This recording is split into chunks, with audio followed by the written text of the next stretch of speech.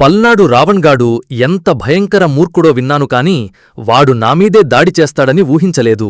మా పార్టీలోని కొందరు స్వార్థ రాజకీయ నాయకుల అండదంగలతో రాష్ట్రంలో అరాచకాలు సృష్టిస్తూ స్మగ్లింగ్, మాఫియా, భూకబ్జా, అందమైన అమ్మాయిల కిడ్నాపులు, హత్యలు, మానభంగాలు, తాండాలలో ఉండే అందమైన అమ్మాయిలను కిడ్నాప్ చేసి వ్యభిచార గృహాలకు విక్రయిస్తూ కోట్లు సంపాదిస్తున్నారు.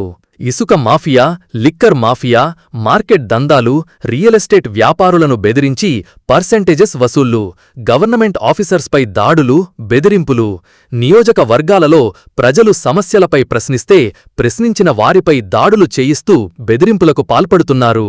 అభివృద్ధి చెందిన సిటీలలో శ్మశాన వాటికలను కూడా ఆక్రమించుకుని వాటిని రియల్ ఎస్టేట్స్గా మార్చేయటం, రాష్ట్రంలోకి పెట్టుబడులు పెట్టటానికి వస్తున్న వ్యాపారవేత్తలను బెదిరించి కోట్ల రూపాయలు వసూలు చేయటం, డబ్బులు ఇవ్వని వారిని బెదిరిస్తూ రాష్ట్రంలోకి పెట్టుబడులు రాకుండా చేస్తూ అభివృద్ధిని అడ్డుకోవటం, అంతేకాకుండా కాలేజీలలో, యూనివర్సిటీలలో స్టూడెంట్స్ గ్రూప్స్ని పెంచి పోషించటం, స్టూడెంట్స్ లీడర్స్ని రెచ్చగొట్టి స్టూడెంట్స్ చేత ధర్నాలు చేయిస్తూ ప్రభుత్వ మరియు ప్రైవేట్ ఆస్తులపై దాడులు చేయించి నష్టాన్ని కలిగించటమే కాక విద్యార్థుల భవిష్యత్తును నాశనం చేస్తూ స్టూడెంట్స్ తల్లిదండ్రులలోనూ ప్రజలలోనూ భయాన్ని సృష్టిస్తున్నారు. స్వయాన రాష్ట్ర ముఖ్యమంత్రినైన నాకే ప్రాణ భయాన్ని పరిచయం చేశాడంటే పల్నాడు రావణ్గాడు ఎంత నరరూప రాక్షసుడో అర్థమవుతోంది.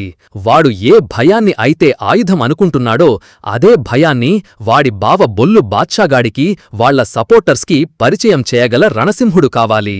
ఖర్చు ఎంతైనా పర్వాలేదు, పల్నాడు రావణ్గాడికి, వాడి బావ బొల్లు బాద్షాగాడికి, వాళ్ల సపోర్టర్స్కి నరాల్లో టన్నుల కొద్దీ భయాన్ని పరిచయం చేయగల రణధీరుడు కావాలి.